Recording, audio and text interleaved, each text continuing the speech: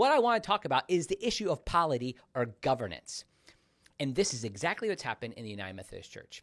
And the United Methodist Church is primarily in the United States, though it has several other conferences that come under something that is called the Central Conference, which is outside of the various conferences in the United States. Think, for those in the Salvation Army, think territories.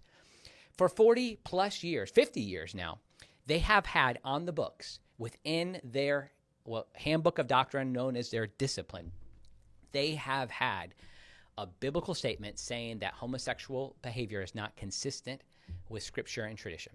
Okay, so that's what's been in their statement. The problem has been it has not been enforced. So there have been whole conferences or jurisdictions even, like a wide section of the United Methodist Church in the United States that has moved away, so much so that they've ordained a practicing lesbian bishop. Well, this has been a problem of polity or governance.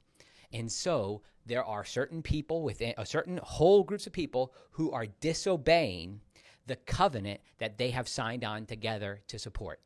And this is where the Salvation Army is. And we can learn from our friends in the United Methodist Church that we're at this point where we can begin to operate in a way where there is discipline, this is the advantage of an autocratic system, which is what the Salvation Army is. There's one person at the top who can execute the rulings and the discipline of the Salvation Army.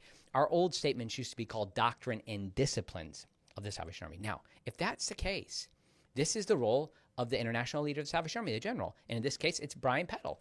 And so I'm not looking to say, like, we need to have an accounting of every email that's been sent out. But there needs to be action taken by the executive. This is why the Salvation Army exists. We have a general who can make executive actions happen. I remember hearing Andy Stanley talk about how what we have in place in the CEO is the chief executing officer.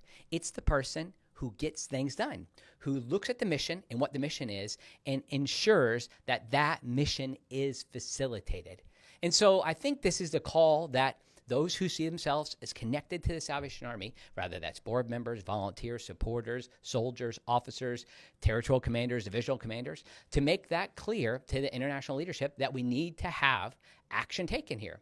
That if we do not have accountability, what will happen is people will break off. So let's say that there is no accountability here. And let's say that the Salvation Army territories all around the world end up saying, well, we can just have local options for what we're going to do. We can all just kind of make up our own rules as it relates to how we interpret Scripture and what it means given our context. It's in that case when we're no longer one Salvation Army. And maybe we're not there now. And that's what